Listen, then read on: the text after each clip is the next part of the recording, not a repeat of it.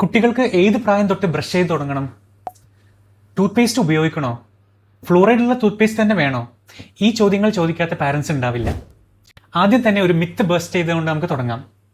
Dental care ആരംഭിക്കേണ്ടത് ആദ്യത്തെ പല്ല് വന്നതിന് ശേഷമല്ല. പ്രസവിച്ച ആദ്യ നാളുകൾ മുതൽ തന്നെ എല്ലാ ഫീഡിന് ശേഷവും ക്ലീൻ ആയിട്ടുള്ള ഒരു ക്ലോത്ത് കൊണ്ട് ഗം പാഡുകൾ തുടച്ചു തുടങ്ങാം. ആദ്യ പല്ല് വന്നാൽ ഉടൻ തന്നെ ഒരു സോഫ്റ്റ് ബ്രിസിൽ ബ്രഷ് ഉപയോഗിച്ച് ബ്രഷിംഗ് ആരംഭിക്കണം.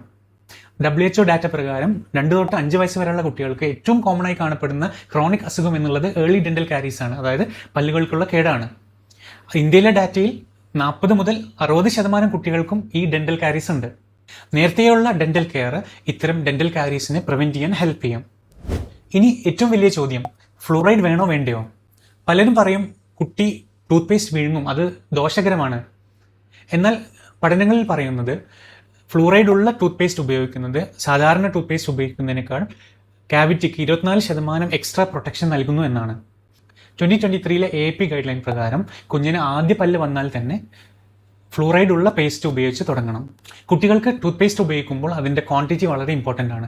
തീരെ ചെറിയ കുട്ടികൾക്ക് ഒരു ഗ്രെയിൻ സൈസ് മാത്രമേ എടുക്കാൻ പാടുള്ളൂ, അല്ലെങ്കിൽ ഒരു അരിമണിയുടെ വലുപ്പം.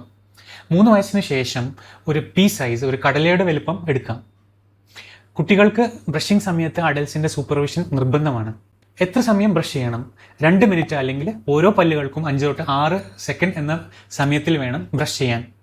ദിവസം 2 നേരം ബ്രഷ് ചെയ്യണം. അതിൽ രാത്രിയുള്ള ബെഡ് ടൈം ബ്രഷിംഗ് നിർബന്ധമാണ്. ആ ബ്രഷിങ്ങിന് ശേഷം കുട്ടിക്ക് ഭക്ഷണമോ പാലോ കൊടുക്കാതിരിക്കാൻ ശ്രദ്ധിക്കാം.